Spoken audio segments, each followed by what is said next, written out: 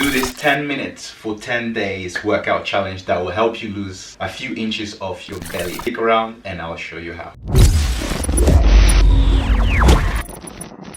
Hello, welcome to BusyProFitness, where I help busy professional women transform their body with quick workouts while they still enjoy their favorite food. So today we have a quick 10 minutes workout that will help you lose a few inches off your stomach. So 10 minutes combination of ab workout with skipping rope. So all you're gonna need is a skipping rope, mat, and a towel, and you're ready to go. So the workout is a follow along workout. All you gotta do is press play and follow it to the end. So 35 seconds on, 15 seconds off. So now let's go. Now before we get started, don't forget to subscribe and press the notification bell. Choose the see all option so you get notified every Thursday and Sunday when I post a new video.